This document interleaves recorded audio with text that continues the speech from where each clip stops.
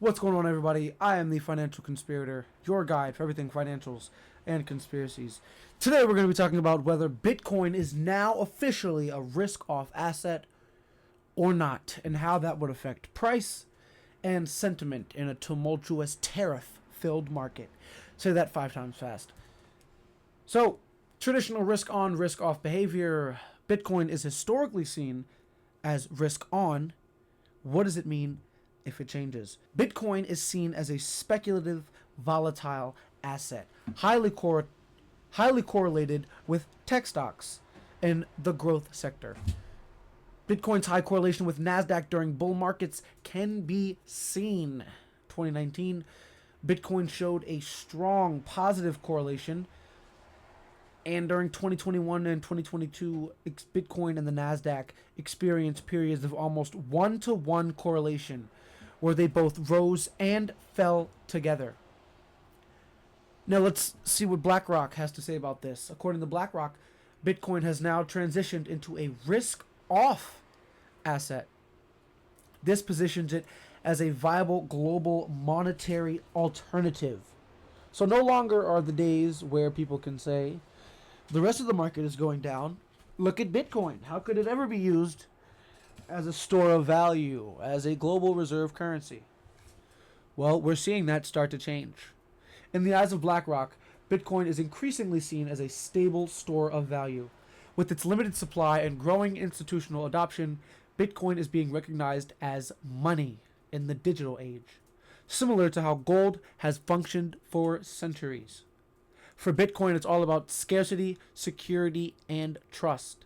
As global inflation worries rise and the economic outlook remains uncertain, more and more people are returning to Bitcoin as a hedge against inflation and economic instability. You cannot tariff Bitcoin.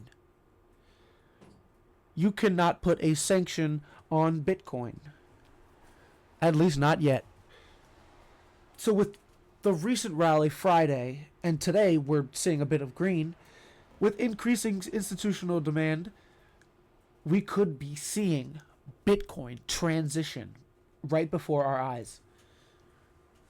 In the words of Michael Saylor, today's market reactions to tariffs is a reminder. Inflation is just the tip of the iceberg. Capital faces dilution from taxes, regulation, competition, obsolescence, and unforeseen events. Bitcoin offers resilience in a world of hidden risks. And speaking of Michael Saylor and strategy, MSTR did not make a lower low.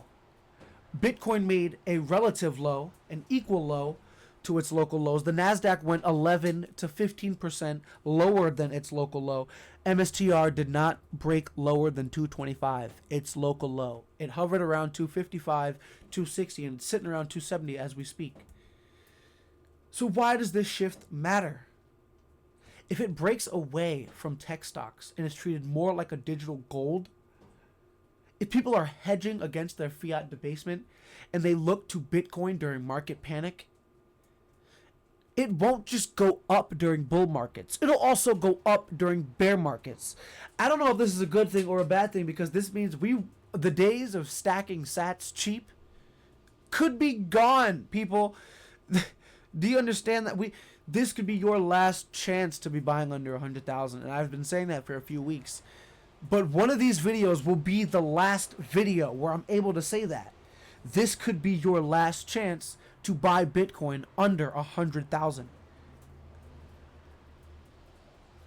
What happens when Bitcoin starts to overtake bonds, real estate, equities, gold? Because gold is just the tip of the iceberg, in my opinion. Gold is nothing. Bitcoin does everything gold can do 10 times better. More divisible, easier to transfer, and you can't confiscate it, you can't debase it, you can't find more of it. There's not going to be a meteor that crashes to Earth with 20 quadrillion tons of gold. There is no second best. As Bitcoin is seen as more mature, retail and institutions will start using it as protection, not just speculation. We are so early. Just look at this Friday action. The VIX is up 40% Bitcoin flat.